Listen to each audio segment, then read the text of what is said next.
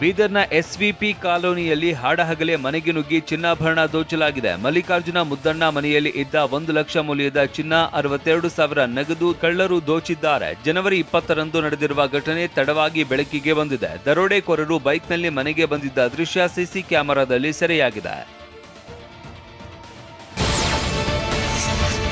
6 ಜನ ನಕ್ಸಲರ police custody ಇವತ್ತು ಅಂತ್ಯವಾಗಲಿದ್ದು, ಪೊಲೀಸರು ಬೆಂಗಳೂರಿನ ಎನ್ಐಎ ಕೋರ್ಟ್ಗೆ ಹಾಜರುಪಡಿಸಲಿದ್ದಾರೆ. 7 ದಿನ ಚಿಕ್ಕಮಗಳೂರು ಪೊಲೀಸ್ ಕಸ್ಟಡಿಗೆ ನೀಡಿ ಎನ್ಐಎ ಕೋರ್ಟ್ ಈ ಹಿಂದೆ ಆದೇಶಿಸಿತ್ತು. ಇವತ್ತು ಕಸ್ಟಡಿ ಅಂತ್ಯಗೊಂಡ ಕಾರಣ ಕೋರ್ಟ್ಗೆ ಹಾಜರುಪಡಿಸಲಿದ್ದಾರೆ.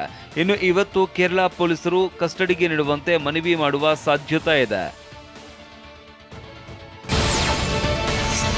ಇವತ್ತು ವಿವಿ ಸಾಗರ ಜಲಾಶಯಕ್ಕೆ ಸಿಎಂ ಡಿಸಿಎಂ ಬಾಗಿನ ಅರ್ಪಿಸಲಿದ್ದಾರೆ. ಈ ಬಗ್ಗೆ ಮಾಹಿತಿ ನೀಡಿದ ಸಚಿವ ಡಿ ಸುಧಾಕರ್, ಇವತ್ತು ಮಧ್ಯಾಹ್ನ 2 ಗಂಟೆಗೆ ಸಿಎಂ ಡಿಸಿಎಂ ಆಗಮಿಸಲಿದ್ದಾರೆ.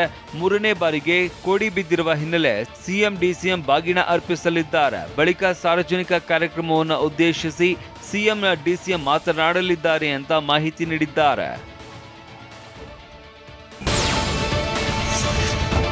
ರಾಮಚಂದ್ರಪ್ಪನವರು ಟ್ರ್ಯಾಕ್ಟರ್ ನಿಲ್ಲಿಸುವ ಜಾಗದಲ್ಲಿ ಪದೇ ಪದೇ ಮಾಟಮಂತ್ರ ನಡೀತಾ ಇತ್ತು ಎಂಬ ಆರೋಪ ಕೇಳಿ ಬಂದಿದೆ.